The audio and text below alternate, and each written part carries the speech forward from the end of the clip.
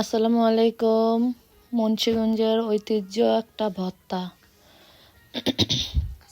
আজকে আমি কালিজিরা ভর্তা বানাইলাম। আরও অনেকগুলোই ভর্তা বানাইছি আইটেম। আপনাদের দেখাইতে ওগুলা সব কিছু দেখাতে পারি নাই।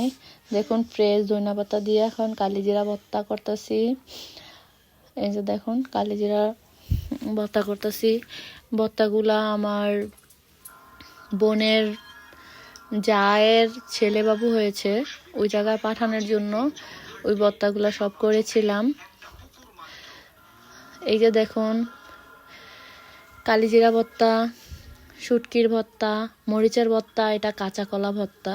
কাঁচা কলা ভর্তা শস্য দিয়ে করে খেয়ে দেখুন, অনেক মজা। আর ধনিয়া পাতা, পেঁয়াজ, রসুন দিয়ে, মরিচ দিয়ে, শুকনো টালা মরিচ দিয়ে খেয়ে দেখবেন, অনেক মজা। আর মরিচ আর রসুনের ভর্তা খেয়ে দেখুন, অনেক মজা, অনেক। আসসালামু আলাইকুম।